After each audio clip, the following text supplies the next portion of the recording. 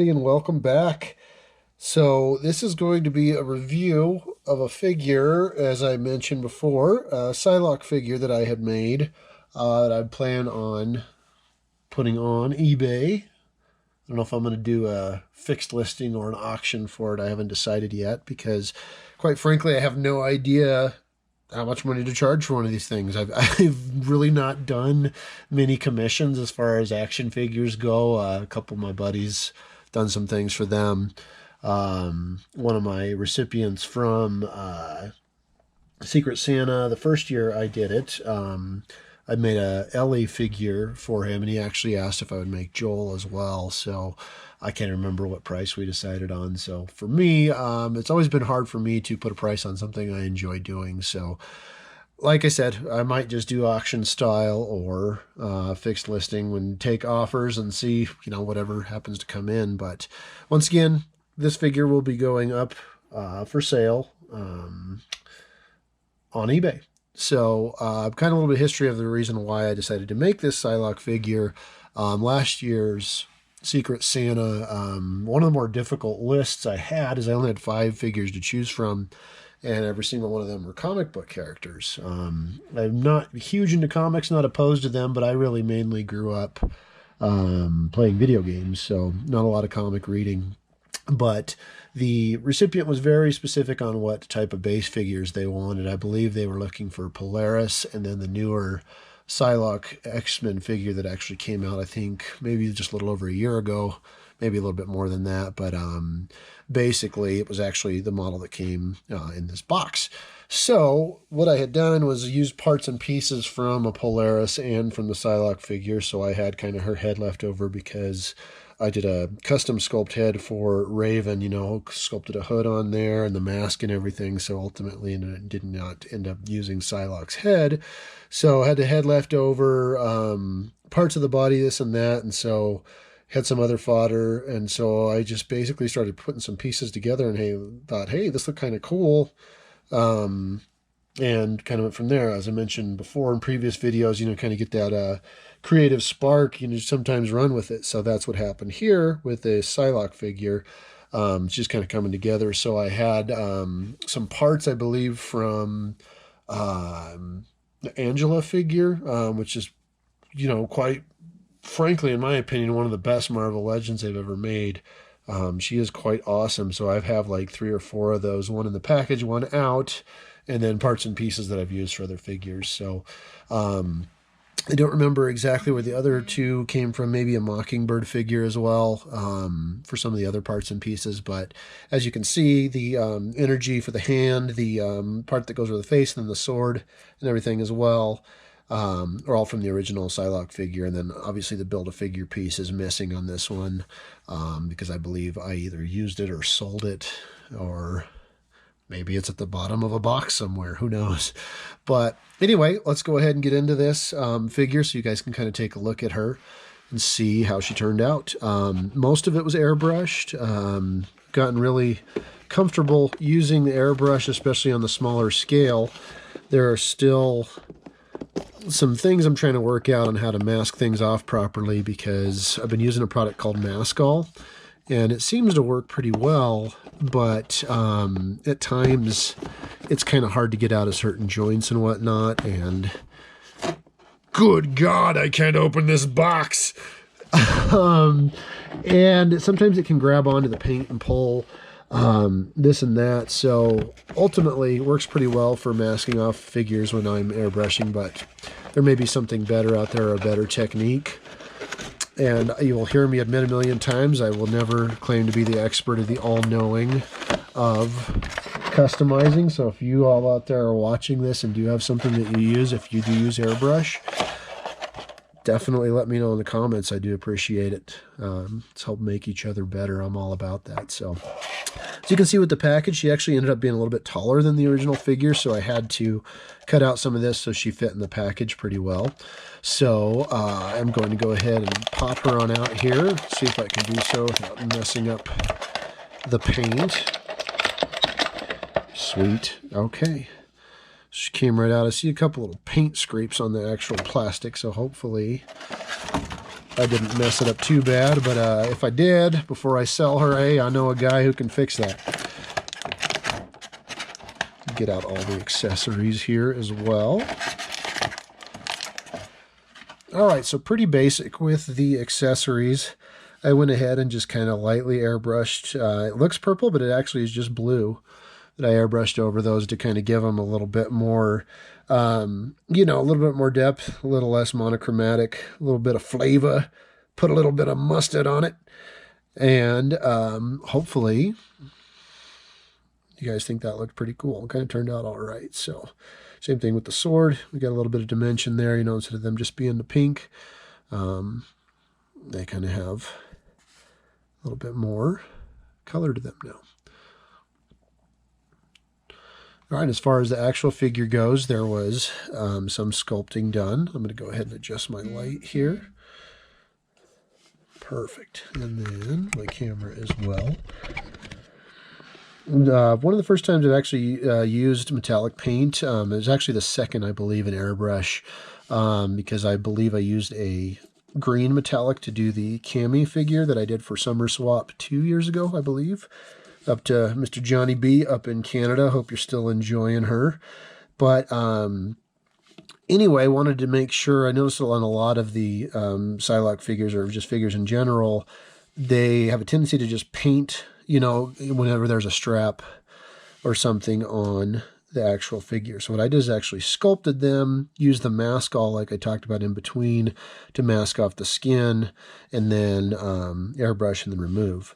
One thing that I've actually been trying lately, because it was such a pain with this figure, is I have been completely painting the skin, sealing it, and then sculpting whatever goes on top of the skin and then painting. It seems to be kind of a better process for me to actually avoid, you know, disturbing the paint in the process of painting the next color, then having to go back and repaint because you overpainted onto the skin, this and that. So it actually seems to be working pretty well. Once it's actually sealed and you get some paint on the part that's sealed, it's really easy to wipe it off. So as usual, as we are learning and going along, new techniques have a tendency to develop. So this is a custom outfit that I just kind of came up with. You know, typical man, you know, the less she's wearing, the more, you know, you're going to enjoy it. Anyway, so just off of, you know, things I've kind of pulled out of my mind, things I've seen, just kind of resculpted what was on the existing figures to kind of give her a new look on her uniform. So, pardon me. As you can see, she kind of has like the metal gauntlets on the arms. And then a little bit of color variation, so I put a little bit of black there just to differentiate between the hands and the metal gauntlets there, and kind of just give a little bit more dimension, a little bit more depth. And once again, let's get a custom design. So I used the existing head for her. I had repainted the face and the eyes of the existing figure. And then one of the parts that I was really happy with how it turned out was the hair. So I actually tried out a new technique of using the base purple. And then once I used the base purple, I airbrushed the black into there and then white highlights, and then went back over everything again with the purple. And it really, really gave it some dimension. Probably going to start doing that for hair in the future. Didn't really have to do any kind of actual brushing on the figure to get that effect that you're kind of seeing there. So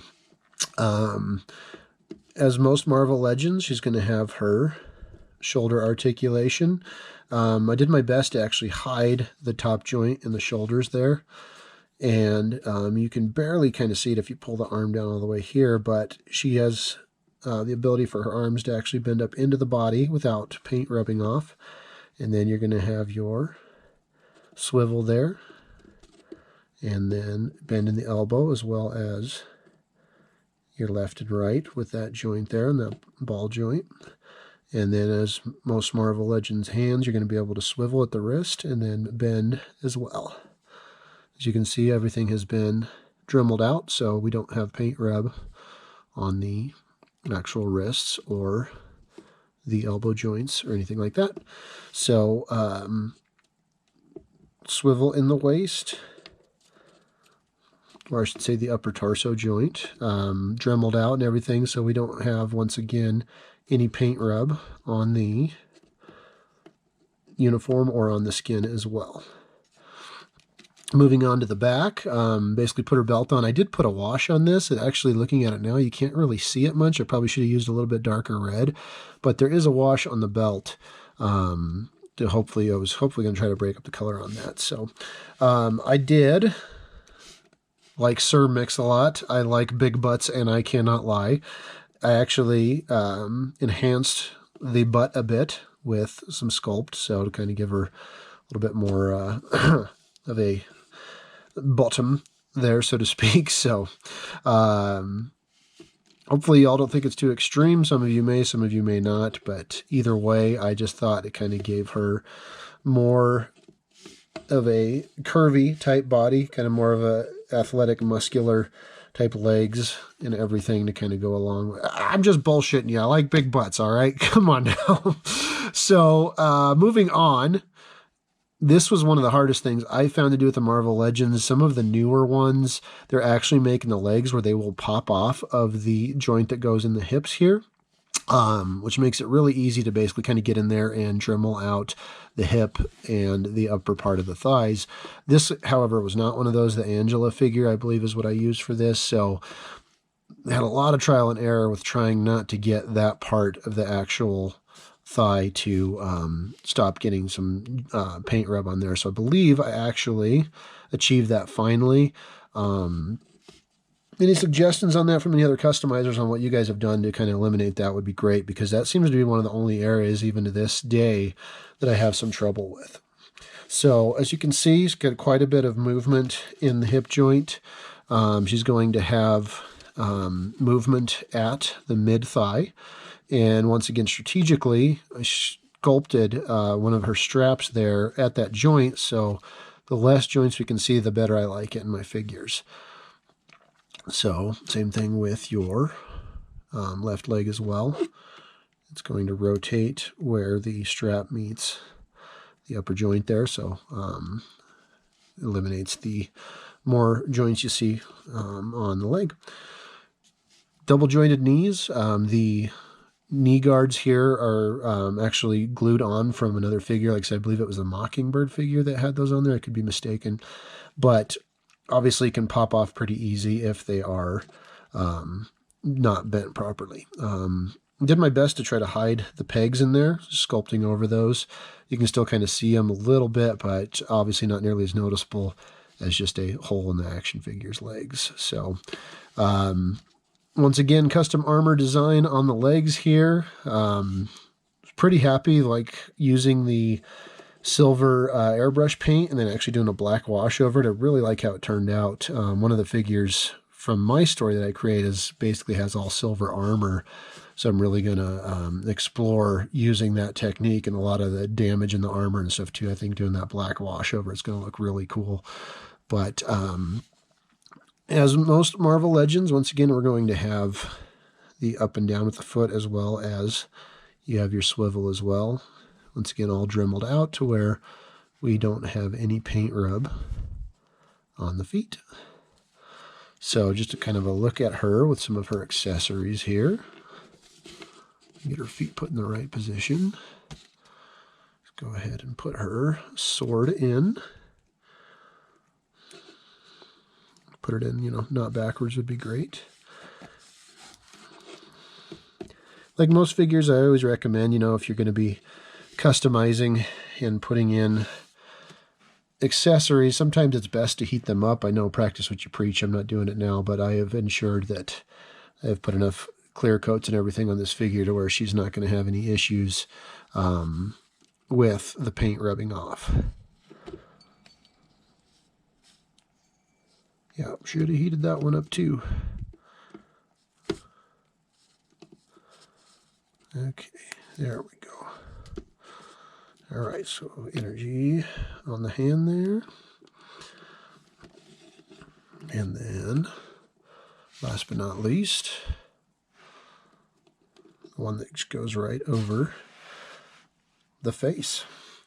So back her up to get the light on her a little bit better here now. So that is pretty much the basic of it. I hope you all like her. I actually put quite a bit into her. Worked on her off and on for a course of probably about 8 months. Ended up moving a couple times, so you'll know how much that takes up our time. But ultimately ended up finishing her, and this was the final product. So quite happy with her. I'll be sad to see her go, but like I said, not being a huge X-Men fan won't be too sad, but being a fan of the female body, I'll probably be more sad to see her go than, you know, for actually being a comic book action figure. Anyway, I hope you like her. As always, once again, please leave me any comments, any suggestions, things you like, things you don't like. Want to give me a hard time, hey, I'm a big boy, I can take it. So thanks again for watching. I hope you enjoyed her, and definitely keep an eye out for her on eBay. Thank you much. Bye-bye.